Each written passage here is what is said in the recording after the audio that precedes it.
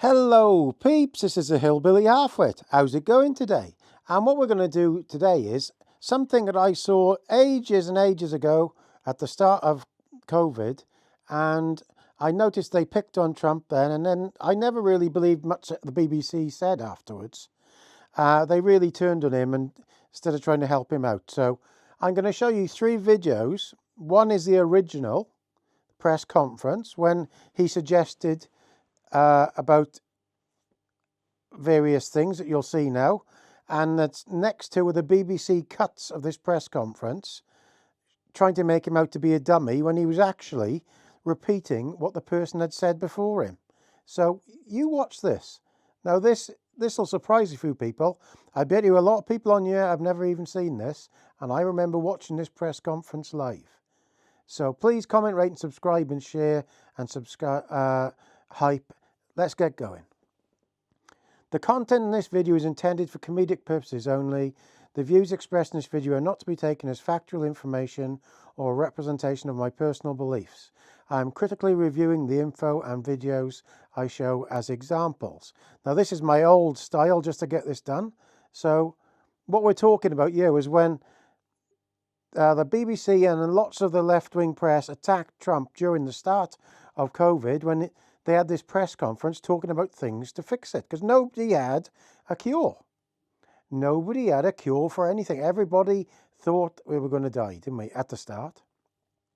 So this is when they tried to cut him and make him look bad because they were getting... This is when he basically got lost for being re-elected, didn't it? So let me show the original first, and I won't say a lot. So the original video from the press conference is coming first.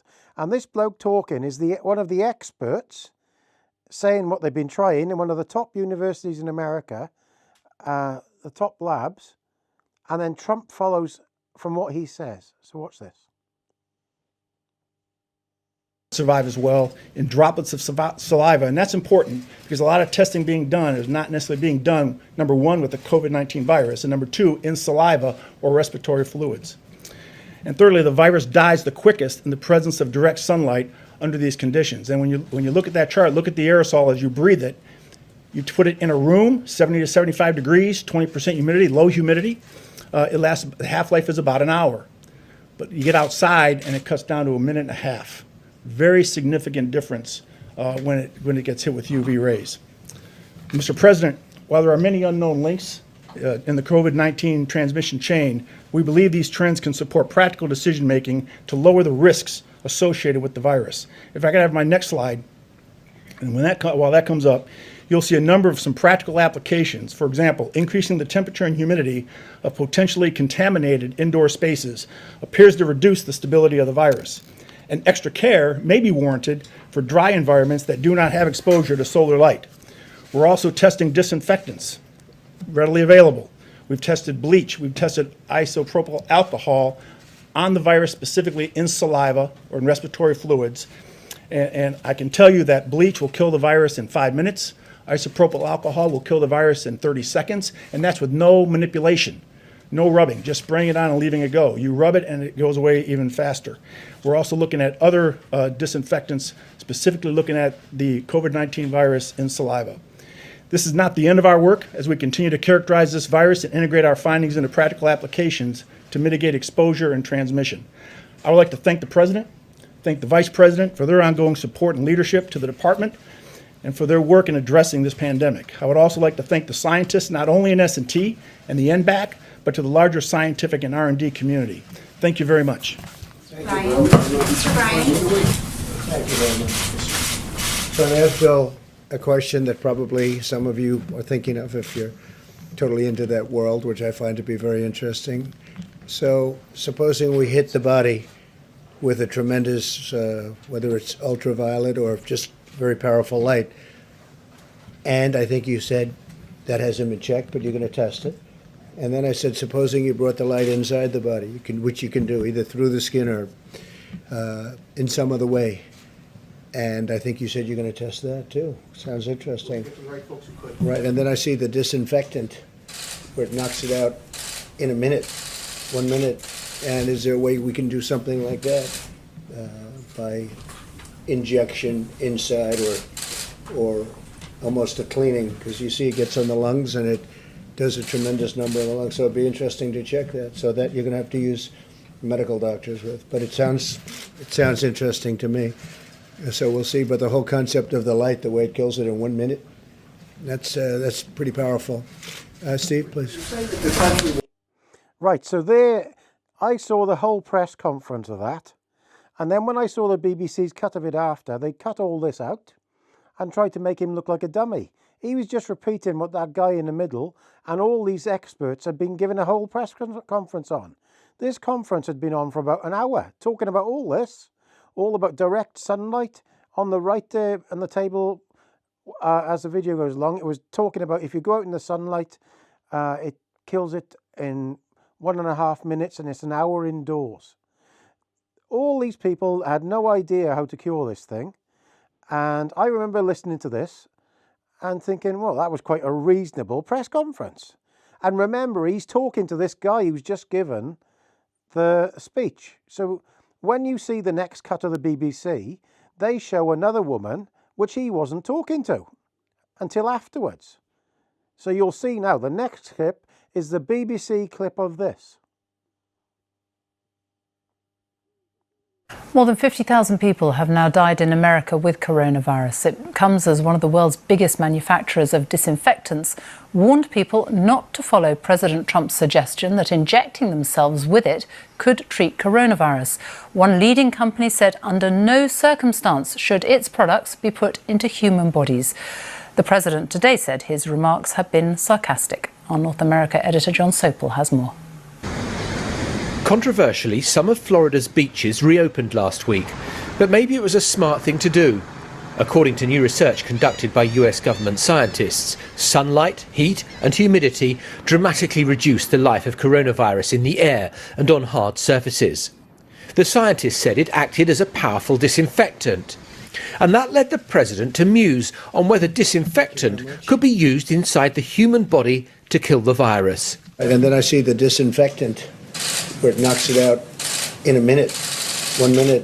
And is there a way we can do something like that by injection inside or almost a cleaning? Because you see it gets on the lungs and it does a tremendous number of the lungs. So it'd be interesting to check that. The president's chief medical advisor looked as though she'd have liked Harry Potter's cloak of invisibility. In a minute, 1 minute. New Lysol spray disinfectant. For over a century, Lysol has been one of America's top-selling brands of bleach. But today, in 2020, the manufacturers felt forced to issue a statement saying, under no circumstances should people ingest disinfectant.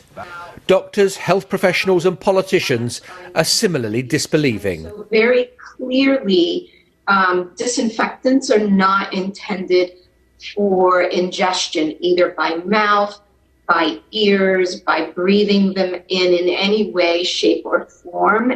Okay, thank you. But today the president has sought to explain away the controversy by asserting that he wasn't actually being serious. But I was asking a very sarcastic question to the reporters in the room about disinfectant on the inside.